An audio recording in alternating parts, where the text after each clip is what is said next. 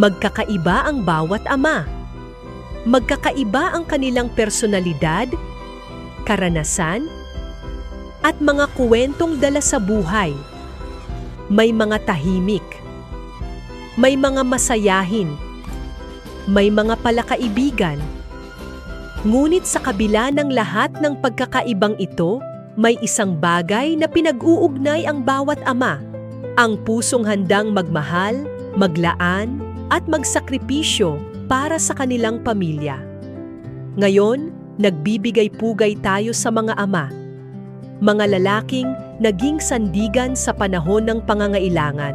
Mga lalaking naglaan ng oras, lakas, at pagmamahal para sa mga taong pinakamahalaga sa kanila. Ang pagiging ama ay isang tungkuling puno ng responsibilidad. Kasama rito ang paggabay, pag-aaruga, at pagprotekta sa pamilya.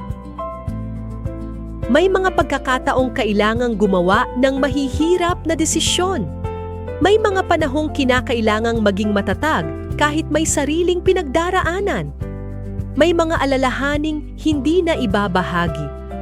May mga panalangin tahimik na iniaalay para sa mga mahal sa buhay. Marami sa mga sakripisyo ng isang ama ang hindi nakikita. Hindi ito laging napapansin, ngunit makikita ang bunga nito sa tahanang kanyang inaalagaan at sa pamilyang kanyang minamahal.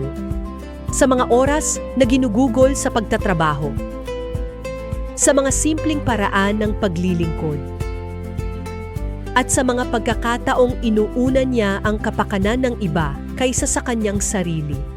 Ngunit ang pagiging ama ay hindi lamang tungkol sa responsibilidad. Ito rin ay tungkol sa presensya, sa mga tawanang pinagsasaluhan, sa mga kwentuhang nagiging alaala, sa mga simpleng sandaling magkasama bilang pamilya. Madalas, hindi ang malalaking bagay ang pinaka-naaalala ng mga anak, kundi ang mga pagkakataong naramdaman nilang sila ay mahal, na may taong handang umalalay, na may amang laging naroroon. At sa mga simpleng sandaling iyon, nabubuo ang mga alaalang mananatili habang buhay. Ang isang amang may puso para sa Diyos ay hindi perpekto. Napapagod din siya. Nagkakamali rin. Ngunit patuloy siyang bumabangon, patuloy na natututo, at patuloy na nagtitiwala sa Diyos sa bawat yugto ng kanyang buhay. Sa kanyang halimbawa, natututuhan ng kanyang pamilya ang kahalagahan ng pananampalataya, katapatan, at pagmamahal.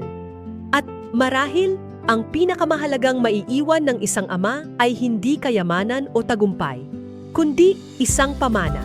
Pamana ng mabuting halimbawa. Pamana ng pagmamahal. Pamana ng pananampalatayang magpapatuloy sa susunod na henerasyon. Sa araw na ito, ipinagdiriwang natin ang lahat ng ama. Salamat po sa pag-aalaga. Salamat po sa paggabay. Salamat po sa pagsisikap, sa pagmamahal at sakripisyo. Kayo po ay tunay na pagpapala. Naway patuloy kayong palakasin, gabayan at pagpalain ng Diyos. Maligayang araw ng mga ama. Sa lahat ng ama na patuloy na nagmamahal, naglilingkod at nagtitiwala sa Diyos. Maraming salamat.